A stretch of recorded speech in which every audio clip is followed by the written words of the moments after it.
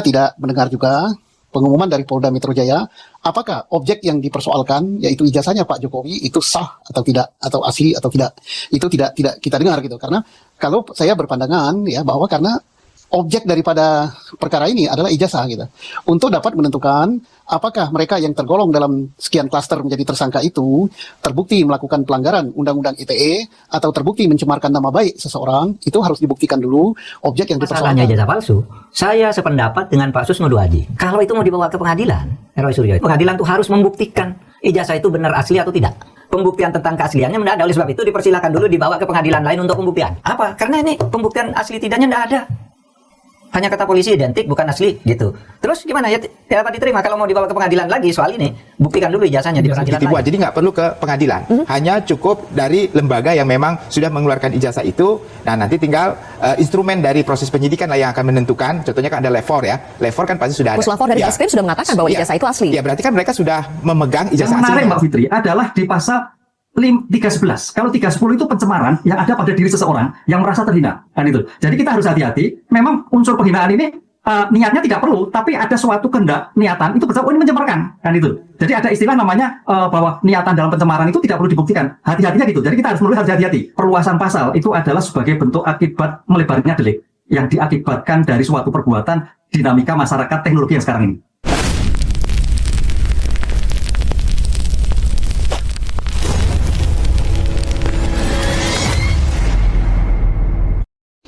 Assalamualaikum warahmatullahi wabarakatuh. Halo teman-teman semua, selamat datang kembali di channel Mart27. Seperti biasa, setiap hari kita akan membahas berbagai informasi, fakta, analisis, dan perkembangan terbaru yang sedang ramai di tengah publik. Channel ini selalu berusaha menyajikan pembahasan yang jernih, lugas, dan mudah dipahami, agar teman-teman bisa mengikuti isu-isu penting tanpa perlu bingung. Untuk itu sebelum kita masuk ke inti pembahasan hari ini, pastikan teman-teman like, share, dan subscribe ya, supaya tidak ketinggalan update terbaru dari channel ini. Baik, tidak perlu lama-lama, langsung saja kita mulai pembahasannya. Kita tidak mendengar juga pengumuman dari Polda Metro Jaya, apakah objek yang dipersoalkan, yaitu ijazahnya Pak Jokowi, itu sah atau tidak, atau asli atau tidak. Itu tidak kita dengar gitu. Karena kalau saya berpandangan ya bahwa karena objek daripada perkara ini adalah ijazah gitu. Untuk dapat menentukan apakah mereka yang tergolong dalam sekian klaster menjadi tersangka itu terbukti melakukan pelanggaran Undang-Undang ITE atau terbukti mencemarkan nama baik seseorang, itu harus dibuktikan dulu objek yang dipersoalkan. Yang dipersoalkan adalah ijazah. Itu mengatakan bahwa ijazah Pak Jokowi palsu gitu, atau tidak sah. Nah itu harus dibuktikan palsu apa tidak sah. Kalau saya berpendapat bahwa karena itu produk dari pejabat administrasi negara atau produk dari pejabat tata usaha negara, maka itu yang berwenang memutus adalah Peradilan Tun. Jadi bawa ke Mahkamah Peradilan Tun yang akan menentukan apakah produk dari pejabat Tun berupa ijazah yang dipegang Pak Jokowi itu asli atau tidak. Roy Suryo itu sekarang jadi tersangka. Kita tidak tahu persis kan? Itu karena apa sih? Karena menuduh ijazah Jokowi palsu? Atau karena soal lain? Misalnya menimbulkan keonaran, menimbulkan kegaduhan, membuat berita bohong atau apa? Nah, kalau masalahnya ijazah palsu, saya sependapat dengan Pak Susno Duaji. Kalau itu mau dibawa ke pengadilan, Roy Suryo, pengadilan tuh harus membuktikan ijazah itu benar asli atau tidak. Pembuktian tentang keasliannya tidak ada, oleh sebab itu dipersilakan dulu dibawa ke pengadilan lain untuk pembuktian. Apa? Karena ini pembuktian asli tidaknya tidak ada. Hanya kata polisi identik, bukan asli gitu. Terus gimana ya dapat diterima kalau mau dibawa ke pengadilan lagi soal ini? Buktikan dulu ijazahnya di pengadilan lain.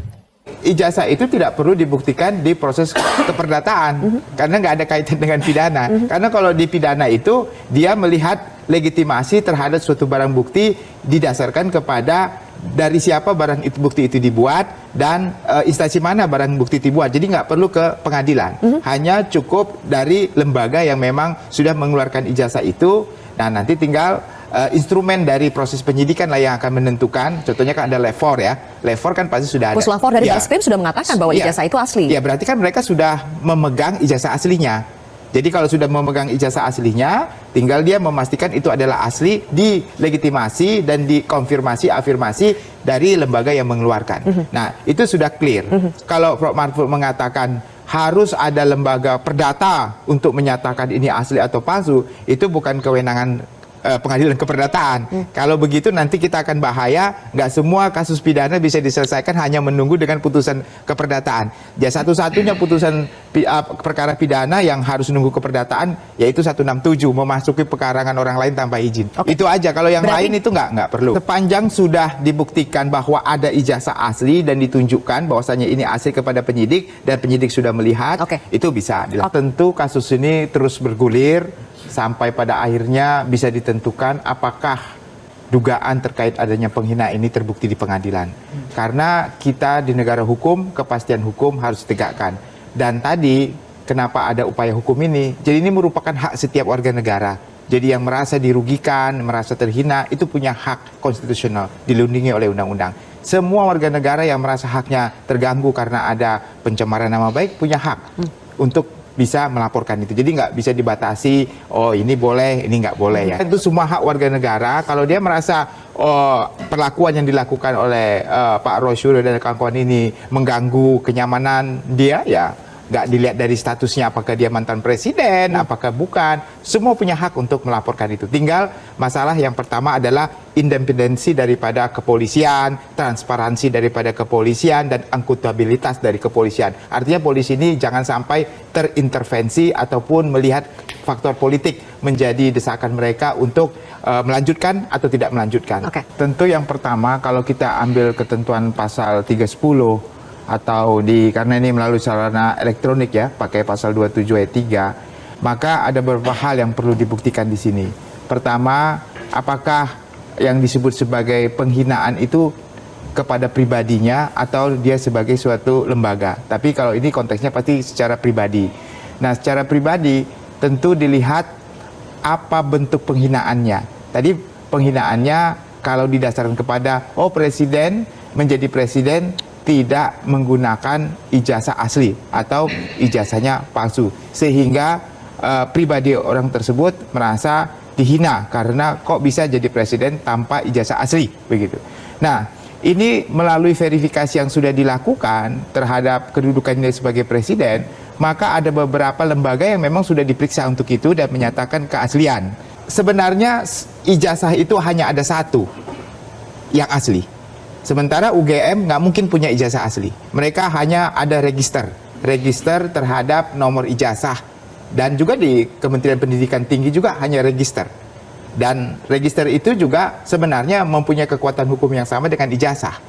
Kalau kita lihat, sama kekuatan hukum. Cuma memang ijazah secara lengkap kita lihat seperti sama nggak register dengan ijazah asli. Jadi kembali lagi memang ijazah itu harus ada dan dibuktikan dalam proses penyidikan. Apakah ijazah tersebut perlu dibuktikan terlebih dahulu atau tidak? Kalau kita berpikir proses suatu normal, idealnya dibuktikan dulu. Tapi kemarin dari laporan Pak Roy Suryo kan sudah dinyatakan hasil lidiknya dinyatakan otentik. Nah, kita hormati otentik. Nah, yang sekarang ini sudah masuk proses suatu tahap tersangka yang kemudian nanti dimungkinkan masuk tahap penuntutan ataupun suatu persidangan. Yang menarik Mbak Fitri adalah di pasal 311. Kalau 310 itu pencemaran yang ada pada diri seseorang yang merasa terhina. Kan itu. Jadi kita harus hati-hati. Memang unsur penghinaan ini niatnya tidak perlu, tapi ada suatu kehendak niatan itu bersama ini mencemarkan, kan itu. Jadi ada istilah namanya bahwa niatan dalam pencemaran itu tidak perlu dibuktikan. Hati-hatinya gitu. Jadi kita harus hati-hati. Perluasan pasal itu adalah sebagai bentuk akibat melebarnya delik yang diakibatkan dari suatu perbuatan dinamika masyarakat teknologi yang sekarang ini. Kan itu. Coba kalau dulu belum ada WA, belum ada grup, itu saya kira tidak masuk lah. Sekarang dengan adanya undang-undang IT, ini suatu yang tidak terbatas. Lah, mau tidak mau sebagai prinsip pokok 310-311 akhirnya mengembang dengan suatu berita-berita itu masuk kualifikasi dalam undang-undang IT. Jadi perdebatannya itu karena ekses dari dinamika masyarakat sekarang ini akhirnya menjadi undang-undang IT. Lah, disitulah nanti suatu pembuktian kalau masuk undang-undang itu ada niatan-niatan mengetahui atau menghendaki atau tidak dalam suatu kasus yang bersangkutan. Ini yang menjadi problem. Dan itu pun kalau kita 27 itu masih ancamannya 2 tahun. Jadi berpotensi untuk dilakukan suatu upaya paksa. Jadi yang dilakukan upaya paksa itu hanya pasal 35 yang terkait dengan manipulasi tentang data elektronik. Sengketa ini ya mengenai asli apa tidak itu kan dari hakim kan. Iya. Walaupun saya menolak ya pendapat bahwa yang buktikan asli apa tidak itu harus hakim, bukan. Ini kita di sini bukan membuktikan ijazahnya Pak Jokowi asli apa tidak. Sasarannya adalah apakah ini si pihak Pak Roy ini fitnah atau bukan. Kan prosesnya kan yang diproses kan yang di Polda Metro, LP-nya. LP-nya tuduhannya kan ini kan pencemaran ataupun menista. Ya. Nah ini menista, ini baru bisa dikatakan dia itu terhukum atau kena malah pidana ya. Apabila Pak Hakim nanti melihat bahwa bukti-bukti yang dikumpulkan oleh Polda Metro ini mengenai sejarahnya ijazahnya Pak Jokowi ini memang betul-betul asli, itu dia akan mengatakan bahwa terbukti ini cukup bukti gitu. Jadi di sini ya, ini saya ingin memberikan yang pendapat saya mengenai saya yang belakangan ini, karena muncul belakangan ini terjadi gini Pak, hakim nggak bisa itu menyatakan menghakimi itu bahwa itu asli apa tidak, bukan hakim, harus petun kan gitu kan. Ya. Nah inilah saya ingin menyampaikan ya, yang besok diproses itu adalah laporan polisinya Pak Jokowi ataupun pendukung yang lain yang menyatakan bahwa ini adalah melakukan tindakan penyemaran atau hasutan atau ITE kan gitu kan. Sedangkan untuk yang di sini Bapak Pak Jokowi menggunakan ijazah palsu, ini kan tidak cukup bukti, jadi tidak akan diteruskan sampai di pengadilan. Ini karena diskresi daripada kewenangan penyidik bahwa dia tidak meneruskan untuk laporan bahwa penggunaan ijazah palsu itu tidak ada kan gitu kan. Nah kalau yang di sini, karena ini tidak ada putusan pengadilan kan, hakim pasti akan melihat yang sidang di sini itu akan melihat Pak proses apakah benar sih ijazahnya Pak Jokowi itu palsu apa tidak, apakah ini apa itu yang dituduhkan oleh ini bahwa itu menista apa tidak, kan mesti dibuktikan ijazah aslinya dong. Betul. Disitulah yang saya harapkan ijazah Pak Jokowi itu nanti pasti akan muncul di situ. Pasti muncul Pak. Ya muncul kan. Sebagai barang bukti kan. Ya sebagai barang bukti dan kemudian saksi Gama pasti dipanggil saksi dari Gama, dari KPU, dari ini semua pasti akan dipanggil. Nah ini jadi lama itu Pak untuk membuktikan yang keabsahan ini asli apa tidak itu ya. Ijazah. Untuk memberikan keyakinan pada hakim bahwa ini ijazah ini asli apa tidak itu butuh waktu lama juga kan, karena saksinya kan banyak kan. KPU, Gama, kemudian siapa lagi teman-temannya yang satu angkatan itu pasti dipanggil itu Pak datang. Saya bilang ini kasus ini pasti akan rame nih. Karena ini bukan pure hukum pidana, bukan pidana, tapi ini adalah akar masalahnya adalah antara dua kelompok.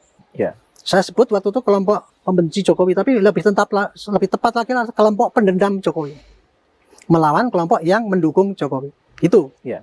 Dan itu waktu itu sebetulnya kelompoknya masih kecil. Di luar itu ada orang yang netral yang tidak care dengan masalah itu. Ya. Tapi kalau ini kelompok ini yang pendendam dan pendukung. Kalau kelompok yang pendendam waktu itu saya kelompokkan menjadi 4. Orang yang dendam dengan Jokowi itu adalah nomor 1 kelompok orang yang pernah dipecat dulu. Siapa orangnya bisa dilihat lah itu yang pernah dipecat dari jabatannya. Yang kedua kelompok dari yang organisasinya dibubarkan oleh Jokowi. Yang ketiga adalah kelompok yang kelompoknya kalah perang di Pileg ataupun di Pilpres. Dan yang keempat adalah kelompok dari Amerika ataupun Eropa yang membenci Jokowi. Kalau yang dari Amerika kan karena dibenci karena Freeport diambil, sehingga Amerika kan pasti mengirimkan intelijennya ke sini mau bikin kacau Indonesia. Sementara kelompok ekonomi Eropa karena kita WTO itu kan kita digugat kalah masih intinya pasti benci dengan Jokowi kan, sehingga dia tidak menginginkan Indonesia itu baik lah. Itulah kelompok itu yang mencari-cari kesalahannya Jokowi dari sekarang gitu. 4 kelompok ini berkolaborasi mungkin atau saya tidak tahu. Tidak tahu, tapi di antaranya pasti itulah. Karena orang-orang yang muncul di situ yang tampil itu ada Roy Suryo, ada Hosinuddin, itu kan mewakili semua itu yang saya sebutkan itu tadi. Mungkin kalau lebih detail Pak Arianto, Pak Roy Suryo itu mewakili kelompok yang dipecat atau? Kalau saya ya itu yang dia pernah jabat terus dipecat. Itu Pak kemudian Roy Suryo. Pak Roy Suryo kan. Terus kemudian yang pernah dihukum juga karena dia dulu bikin patung di Borobudur itu kan dia pernah dihukum juga. Ya. Ya itu kan pasti sakit hati dong. Ya sakit hati lah. Yang menghukum siapa? Pak Jokowi. Ya. Itu jadi saya waktu itu hanya pakai analisis tadi sendiri saya. Berdasarkan dari pengalaman saya menangani semua kasus di Indonesia ya. Saya dari polisi mulai tahun 71 Pak. Jadi saya pengalaman cukup panjang dibandingkan dengan teman-teman itu kan mulai 77 ya. Terus kemudian sekarang kepada masalahnya yang dalam itu sehingga sekarang menjadi ramai sekali itu ya. Pak Roy kan mengadakan penelitian katanya gitu. Ya. Saya ini dokter dan sebagainya. Gini-gini saya meneliti, nggak boleh diganggu gugat. Respon juga gitu katanya gitu kan. Ini penelitian saya asli ini dan sebagainya itu. Tapi dia lupa ya. Kalau seorang sarjana ya, yang namanya meneliti itu kan ada disiplinnya tuh Pak. Sampelnya harus jelas. Yang diteliti metodenya bagaimana, hasilnya bagaimana. Dan kemudian kalau yang namanya penelitian, itu kan nggak perlu digambar-gemborkan kalau keluar. Ya. Masalahnya apa? Pengumuman dia dan dia itu menunjukkan bahwa ini apa itu jadi suatu semacam apa itu fitnah kan? Kalau itu nggak benar kan? Cara dia mengumumkan itu ijazah palsu itu, apalagi dia melaporkan Pak Jokowi ke Barreskrim pertama kali dilaporkan. Dia menggunakan ijazah palsu kan gitu dilaporkan. Dengan diumumkan ke publik kan itu kan caranya ini melanggar hukum pidana itu. Cara dia menuduh bahwa ijazah palsu itu kan bukan hanya mencemarkan, tapi juga termasuk juga menghasut kan, menghasut suatu hal yang nggak benar. Apalagi belakangan ini timbulnya adalah adili Jokowi kan, kan gitu kan. Jadi ada hasutan, ada juga yang terpengaruh. Jadi itu tadi saya melihat, setiap saya tampil di podcast ataupun di TV, saya menjelaskan bahwa ini yang betul, yang anunya begini duduk perkaranya gitu. Termasuk pertama kali itu pengacaranya, ini apa hukum kok diselundupkan? Karena anggota saya itu kan cuma mencemarkan nama, kok kemudian diselundupkan pasal-pasal yang lain, menghasut gitu. Dia pengacaranya itu mereka. Saya bilang itulah gini Pak, di Indonesia itu hukum itu diatur. Orang berbuat apa itu di dalam pidana ada Pak. Jadi kalau ada orang menyampaikan ini Pak, itu pembohong, itu pencuri, ini tidak benar, itu namanya kan menghasut ataupun memfitnah, dan itu kan ada pidananya kan gitu. Itulah yang dianggap bahwa itu Anda itu melanggar hukum. Jadi kalau polisi di Metro dilapori bahwa itu pencemaran, saya waktu itu ngomong, ini polisi begitu nerima pencemarannya apa begini, kan ada rekaman-rekaman banyak. Dari rekaman itu kan bisa dibaca, yang ini mencemarkan, yang ini namanya menghasut, ini namanya dan sebagainya. Pasti saya bilang bukan hanya pasal pencemaran itu, nanti pasti berkembang pada pasal-pasal yang lain. Proteslah itu yang namanya pengacara itu. Saya bilang waktu itu, nah itulah Anda pengacara, tapi menurut saya itu provokator. Ini kasus politik kan? Iya kan? Ini kasus politik kan, bukan hanya pencemaran biasa. Yang kelihatan kan satu pidana umum kan, yang kelihatan gitu. Tapi begitu melihat lamanya ini kan gitu kan, saya mengatakan dari tadi ya pertama, ini antara sengketa antara orang yang pro dan kontra, kan itu kan. Ini yang pro dan kontra itu bukan satu biji orang satu ini dengan tetangga ini, negara ini. Kan gitu kan, otomatis pasti ada apa itu keterkaitan, keterkaitan dengan orang yang punya kepentingan kan itu kan. Nah itu yang bisa menjadi penghambat antara lain itu yang bisa. Baik teman-teman, itulah pembahasan kita pada hari ini. Semoga penjelasan ini bisa memberi gambaran yang lebih jelas dan membantu teman-teman memahami isu yang sedang berkembang ya. Kalau teman-teman punya pendapat, analisa, dan sudut pandang lain, silahkan tulis di kolom komentar. Channel Maret 27 selalu terbuka untuk diskusi sehat dan pandangan yang beragam. Jangan lupa like, share, dan subscribe agar teman-teman tidak ketinggalan update terbaru dari channel Maret 27 setiap harinya. Terima kasih sudah menonton. Wassalamualaikum warahmatullahi wabarakatuh.